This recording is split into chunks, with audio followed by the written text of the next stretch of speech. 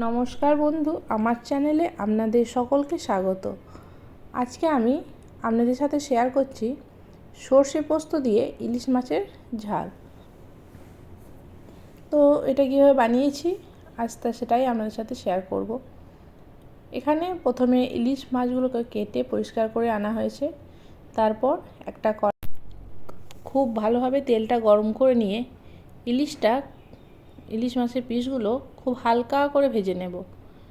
একদমই একদিক ভাজা হয়ে গেলে আরেক দিক উল্টে তুলে নেব।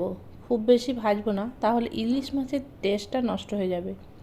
তো এখানে নুন হলুদ দিয়ে ইলিশ মাছটা ভেজে এখন আমি একটা প্লেটের মধ্যে কড়াইয়ের মধ্যে দিয়ে দিলাম একটু আদা, পেঁয়াজ আর রসুনের পেস্ট। আদা পেঁয়াজটা খুবই অল্প পরিমাণ, কিন্তু রসুনটা একটু বেশি পরিমাণে দিই, কারণ সর্ষের সাথে রসুনের যে ফ্লেভারটা খুব ভালো যায়। তারপর এর মধ্যে দিয়ে দেব 1 চামচ আর সর্ষে।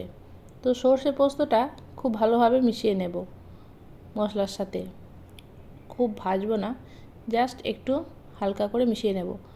আর সর্ষেটা বাটার সময় অবশ্যই কাঁচা লঙ্কা আর লবণ দিয়ে দিয়েছিলাম। এখানে একটু হলুদ দিয়ে দিলাম, পরিমাণ অনুযায়ী আর একটু লবণ দিয়ে দিলাম। এখন এটা ভালো মেশানো হয়ে গেলে এর মধ্যে আমি জল অ্যাড করে দেব, হালকা গরম জল এর মধ্যে অ্যাড করে দেব। তো ইলিশের এই সর্ষে পোস্ত রেসিপিটা খেতে কেমন হয়েছে অবশ্যই কমেন্ট করে জানাবেন। আর যদি ভালো লাগে আমার চ্যানেলটিকে লাইক, কমেন্ট, শেয়ার এবং সাবস্ক্রাইব করে দেবেন। তো এখন জলটা দেওয়ার পরে হালকা যখন ফুটে উঠবে তখনই ইলিশ মাছটা আমি এর মধ্যে দিয়ে দেব। যেহেতু ইলিশ মাছটা খুব একটা ভাজা নেই, তো তাই আগে থেকে ইলিশ মাছটা দিয়ে একদম লো ফ্লেমে আমি হালকা করে দিয়ে চাপা দিয়ে রেখে দেবো, ঢাকা দিয়ে।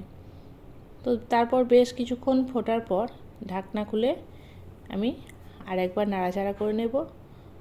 আর উপর থেকে দিয়ে দেব একটু লেবুর রস আর কাঁচা সর্ষের তেল। তো তৈরি হয়ে গেছে আজকে আমার ইলিশের সর্ষে পোস্ত রেসিপি। আর গরম গরম ভাতের সাথে গরম গরম ইলিশের সর্ষে পোস্ত পরিবেশন করে দেব। তো কেমন হয়েছে অবশ্যই কমেন্ট করে জানাবেন। আর এরকম একবার বানিয়ে দেখবেন, খেতে খুবই টেস্টি হয় এবং খুবই ভালো হয়। তো এরকম ঘরোয়া রেসিপি আজ আপনাদের সাথে আমি শেয়ার করলাম। অবশ্যই জানাবেন কেমন হয়েছে।